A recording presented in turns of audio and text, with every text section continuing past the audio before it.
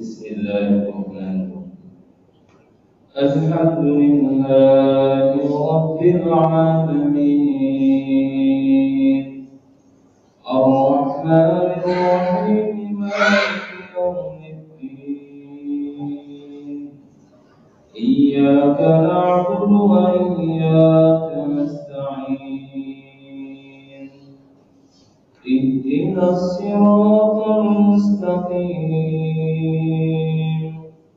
Siratal ladzina an'amta 'alaihim ghairil maghdubi 'alaihim waladdallin.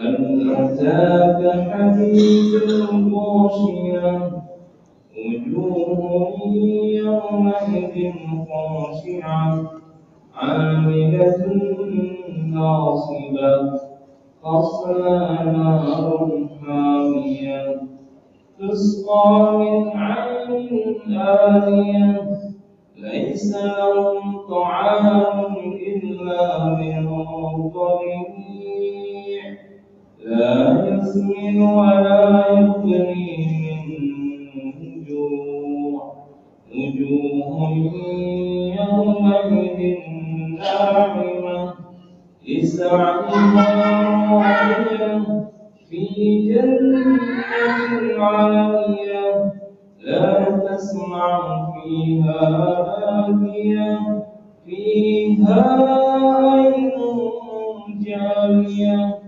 فيها سرر مرفوعة وأكواب مرفوعة والمائد مصفوفة وزرابي مبثوثة أفلا ينظرون إلى الإبل كيف خلقت وإلى السماء كيف رفعت وإلى الجبال كيف نصبت وإلى الأرض كيف سطحت فذكر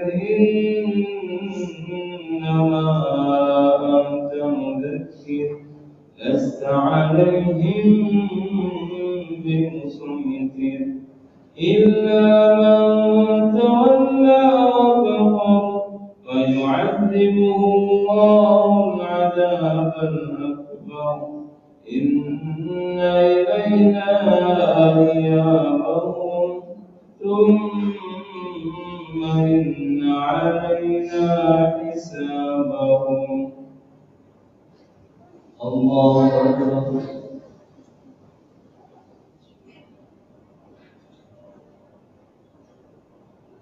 سمع الله لمن حمده. الله أكبر.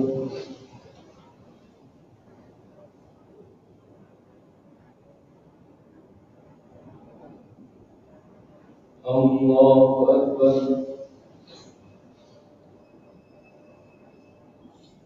الله أكبر.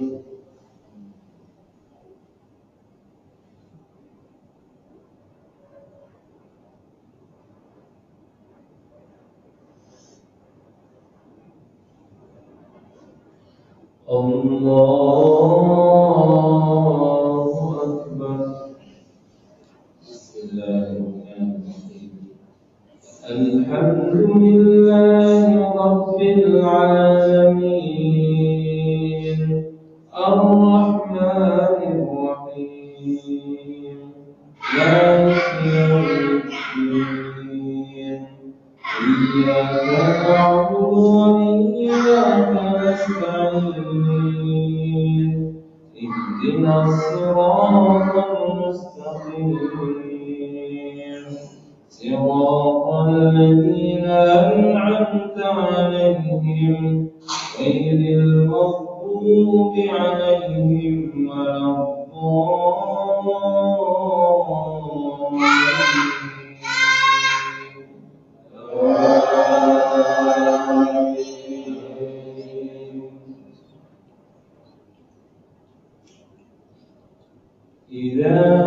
وأزلزلت الأرض زلزالها وأخرجت الأرض أثقالها وقال الإنسان ما لها يومئذ تحدث أخبارها بأن ربك أوحى لها يومئذ يصدر الناس أشتاتا ليروا أعمالهم فمن يعمل مثقال ذرة خيرا يره ومن يعمل مثقال ذرة شرا يره. الله أكبر.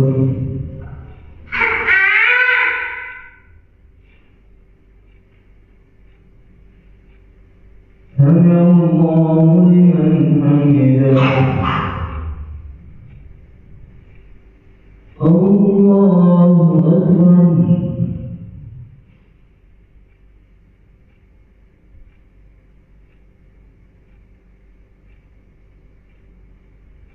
الله أكبر. الله أكبر.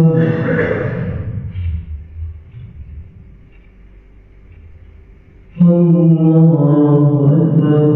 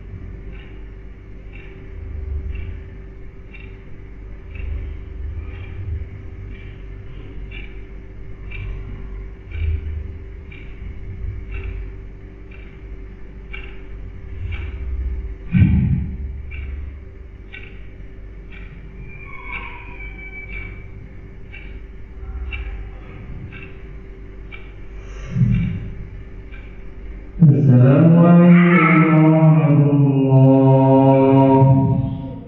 Assalamualaikum warahmatullahi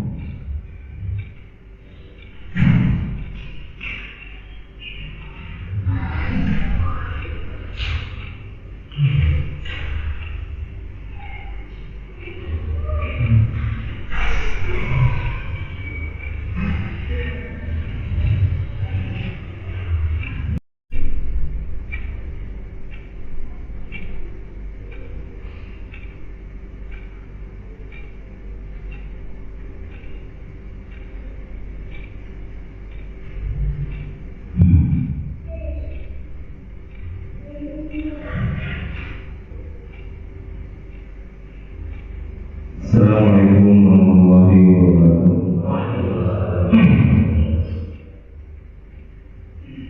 Alhamdulillah nahmaduhu wa nasta'inuhu wa nastaghfiruh wa na'udzu billahi min shururi anfusina wa min sayyi'ati a'malina.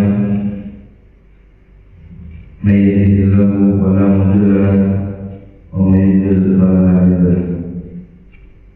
Asyhadu an la ilaha illallah wahdahu la syarika lahu أشهد أن محمدا عبده ورسوله لا إله إلا وحده.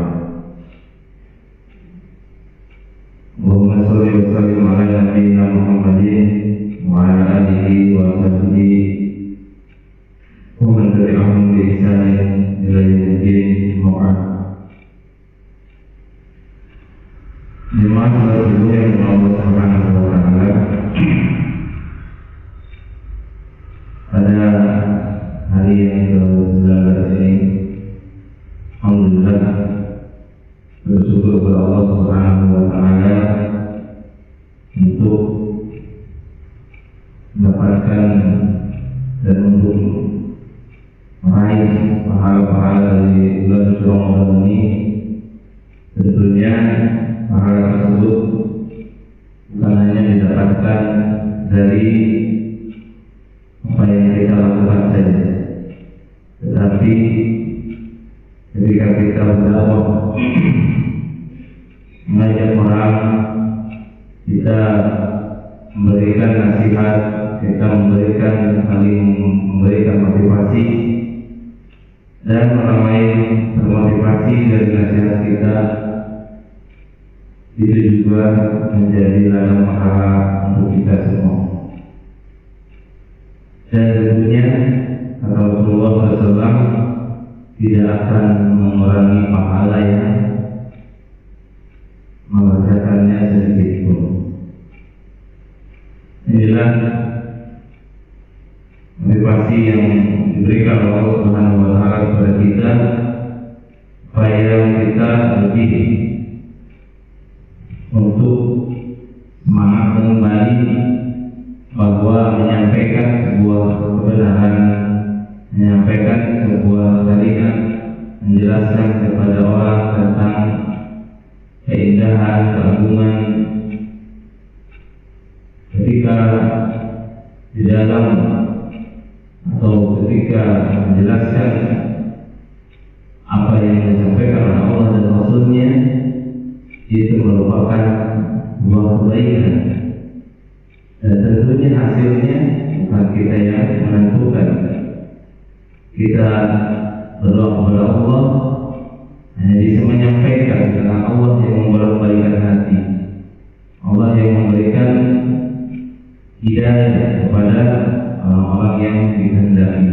Begitu juga nasihat kita, motivasi yang diberikan kepada kita, dan mudah-mudahan kita semua diberikan pahala di sisi Allah Subhanahu wa Ta'ala atas apapun respon kita terhadap syariat ini. Diceritakan ada seorang yang bernama Hakim bin Hizam. Jemaah seluruh yang Allah Subhanahu wa Ta'ala sengaja mengambil beberapa kisah sahabat Nabi yang berhubungan dengan Nabi SAW, para sahabat sendiri, dan juga para ulama, di mana ini juga adalah motivasi kita. Dan ketika kita bangun tidur, pikiran kita masih fresh, maka perlu kita menampilkan sosok-sosok yang kita anggap bahwa mereka adalah tauladan kita. Ketahuilah yang namanya Habib bin Hizam radhiyallahu anhu adalah dia anaknya dari Hizam bin Khuwailid. Kalau mendengar kata Khuwailid, jadi teringat dengan ibunda Khadijah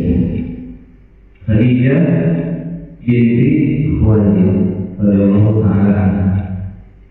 Hakim bin Hizam bin Khuwailid, berarti Hizam bapaknya Hakim adalah saudaranya Khadijah. Maka beliau adalah dari Khadijah, itu adalah keponakan. Itulah Hakim bin Hizam punya silsilah dari ibunda Khadijah radhiyallahu ta'ala anha, istri Rasulullah SAW, dan ibunya bernama Sofiyah bin Zuhair. Dia berasal dari Bani Asad, suku besar di Quraisy.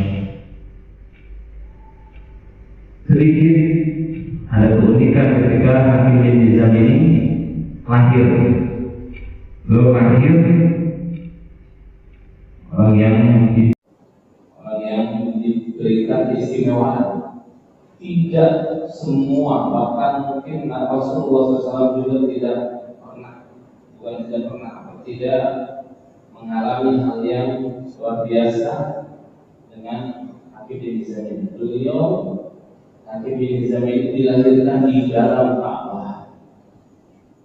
Hakim bin Hizam ini dilahirkan di dalam Ka'bah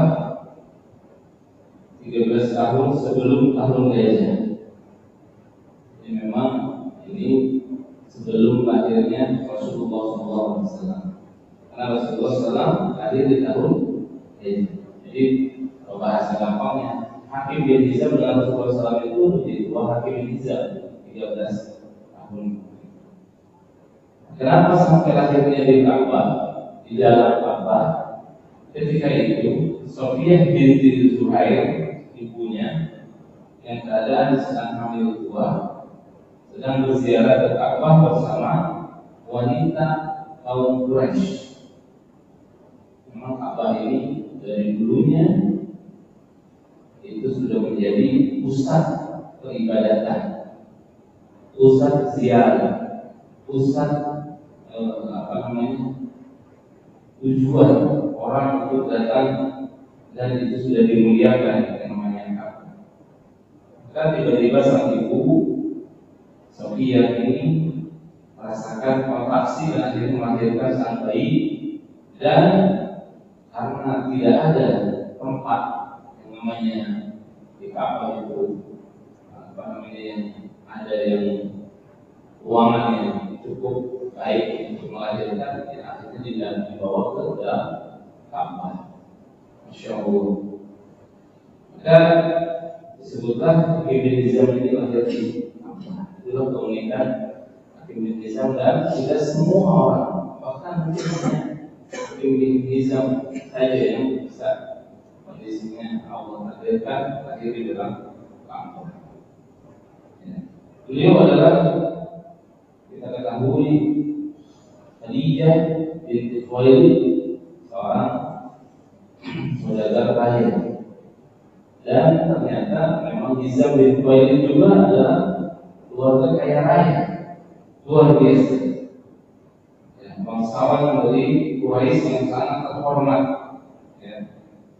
Dan sejak kecil dilahirkan Rasulullah SAW,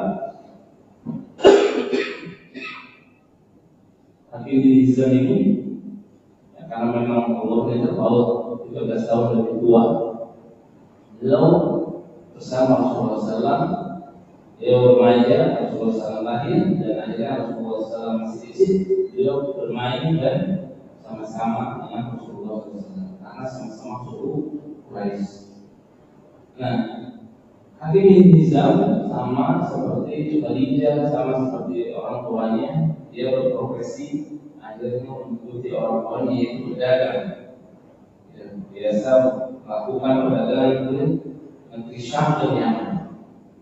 Jadi dari Quraisy, dari Mekah ke Syam, ke daerah Palestina, ke daerah Syria, ke Yordan, ke Irak, itu daerah Syam, dan ke Yaman, ke bawah kalau dari kita ke selatannya, ke Saudi. Nah, ini menunjukkan perdagangan yang memang menghasilkan besar, itu adalah perdagangan di mana kita bisa ekspansi ke luar negeri.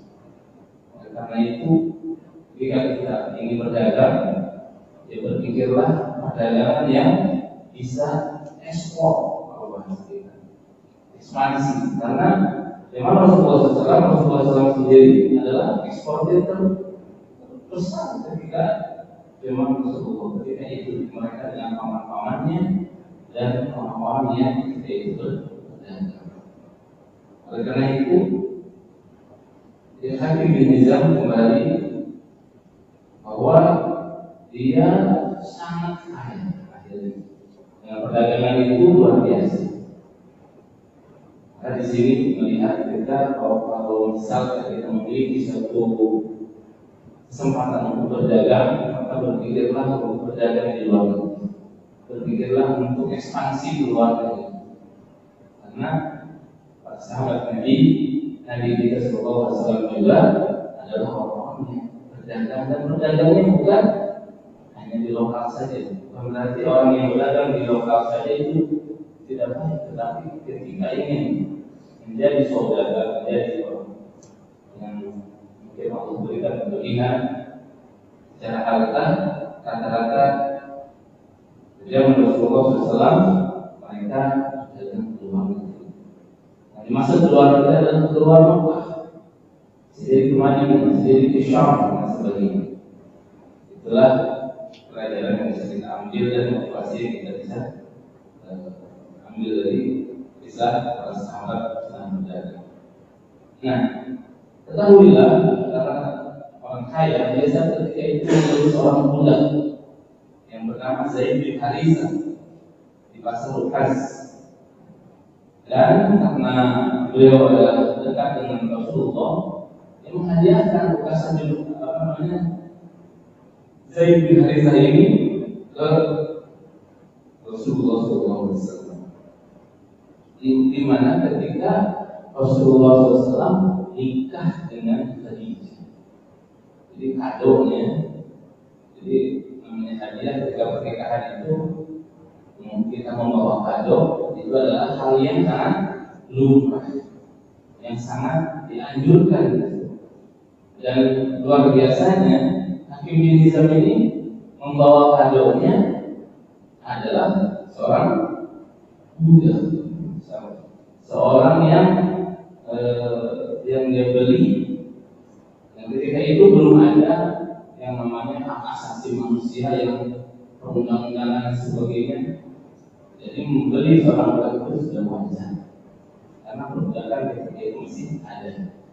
Dan Islam datang untuk membebaskan perbudakan. Dan kita ketahui juga dalam undang-undang 1945 kita adalah kita memerdekakan, kita harus merdeka. Tidak boleh ada penjajahan di atas dunia. Nah, Rasulullah SAW ketika menikah dengan Khadijah, luar biasanya beliau dihadiahi seorang anak atau seorang anak kecil bernama Zaid bin Harithah, di mana Rasulullah SAW ketika diberikan budak itu, lantas beliau tidak melakukan menerima dengan selamat, dan penerimaannya langsung dimerdekakan. Dan karena saking cintanya Rasulullah SAW kepada Zaid bin Harithah, beliau langsung mengangkat menjadi anak angkatnya. Hakim bin Hizam itu belum masuk Islam kalau Rasulullah SAW sudah mendapatkan wahyu. Tapi kecintaan kepada Rasulullah SAW sangat luar biasa. Bahkan ketika Rasulullah SAW diberi oleh orang Quraisy, diberi makan, dari akses yang dibatasi dan sebagainya, disuruh Hakim bin Hizam dengan sembunyi-sembunyi memberikan makan, memberikan bantuan kepada keluarga Rasulullah SAW. Dan Hakim bin Hizam ini, masya Allah, dikenal sangat dermawan, bantu waktu miskin dan sebagainya, bantu orang-orang yang membutuhkan. Begitulah karakter orang-orang yang orang Quraisy ini. Bukan hanya Hakim bin Hizam, bukan hanya di salah satu suku dari Quraisy. Orang Quraisy itu ketika mereka memiliki kekayaan, mereka sangat dermawan. Bagaimana mungkin keturunan-keturunan sekarang pun, mereka ketika memberikan sebuah infak atau sedekah, mereka tidak lakukan. Dan Allah berikan balasan yang setimpal, yang dimana mereka ditambahkan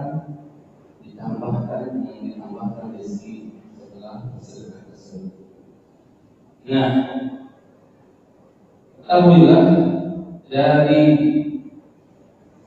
Hakim bin Hizam yang luar biasa ini, kapan sekiranya Hakim bin Hizam ini bisa masuk Islam? Kebaikan yang luar biasa itu mulai dari waktu kecil, mulai waktu dewasa, mulai waktu dia sudah sudah melihat Rasulullah SAW mendapatkan wahyu, juga masuk Islam. Tetapi Allah takdirkan masuk Islam ketika bulan Ramadan. Bulan Ramadan di tahun 8 Hijriah, insyaallah. Ini sudah akhir-akhir Rasulullah menjelang wafat. Ya, di mana kaum muslimin ketika itu membebaskan orang Mekah, yaitu yang disebut dengan Fathu Mekah. Ya. Dan dia menyertai Rasulullah SAW yang ketika setelah dinaklukkan kota Mekah, Rasulullah SAW ada perang, namanya perang Hunain. Ya. Dan dia adalah orang-orang sesudahnya itu sisa-sisa umur Rasulullah SAW, beliau menyertai. Dan apa yang dikatakan oleh Rasulullah SAW bahwa kaidahnya, ya, ketika suatu saat Hakim bin Hizam radhiyallahu anhu mendatangi Rasulullah SAW dan bertanya, ya Rasulullah, ara'aita umuran kunta atahannastu biha fil jahiliyah. Ya Rasulullah, bagaimana pendapat engkau tentang amal-amal yang kebaikannya itu aku pernah dilakukan ketika jahiliyah? Jadi kan saya pernah berbuat kebaikan. Maka dari apa? Dari sholawat, dari sedekah. Karena dia adalah kaum dermawan. Awatlah kaudin, atau dia suka memerdekakan budak. Jadi ini Hakim bin Hizam itu bukan hanya menghadiahkan, tapi juga memerdekakan budak. Awas silaturahim, atau menyambung silaturahim. Ya, orang yang baik kayak gitu berbahasa. Apakah dulu ketika saya masih jahiliyah, apakah akan menjadi pahala? Maka kata Rasulullah SAW, aslamta ala man aslamta min khairin. Engkau masuk Islam sekaligus diborong apa yang engkau dapatkan, pahala-pahala kebaikan yang pernah engkau lakukan dulu, itu juga akan dihitung ketika masuk Islam. Jadi kebaikan seseorang, mudah-mudahan kita juga mungkin saja sekarang kita belum menjadi orang yang luar biasa di sisi Allah, tetapi untuk hubungan sosial kepada manusia, hubungan baik, menyambung silaturahmi, memberikan makan, memberikan sedekah yang luar biasa di bulan Ramadan ini sudah dibiasakan dengan memberi makan orang yang puasa ketika mereka berbuka. Ini adalah sebuah sarana di mana kita bisa mendidik diri kita untuk memberi makan kepada orang lain. Walaupun mungkin saja terpaksa dijadwalkan. Nah, itu juga yang menjadi motivasi. Kenapa? Ketika kita bisa jadi posisinya sedang kurang baik, maka Allah Subhanahu wa Ta'ala berikan kebaikan dari apa yang telah kita lakukan tersebut.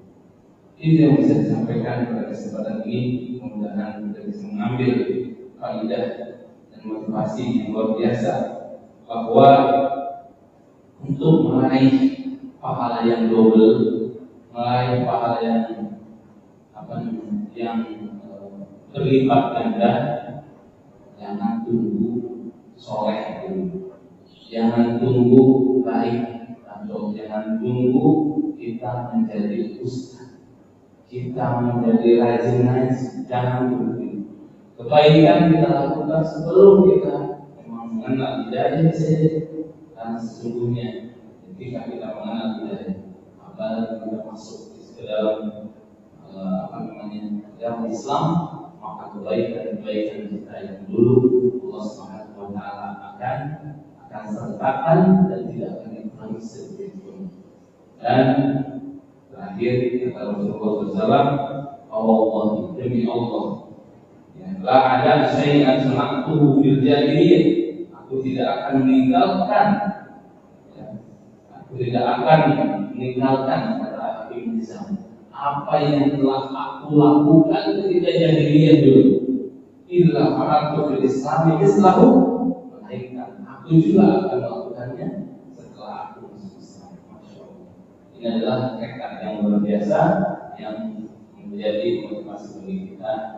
Jangan kalah dengan Hakim bin Hizam, mereka detik-detik terakhir Islam. tapi untuk kebaikannya. Catat Allah Subhanahu wa Ta'ala. Itu saja yang saya sampaikan. Sallallahu alaihi wasallam.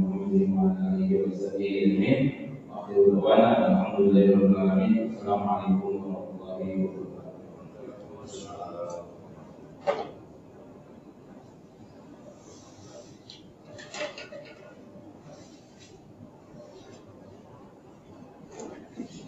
Soalnya Pak, saya tahu ya.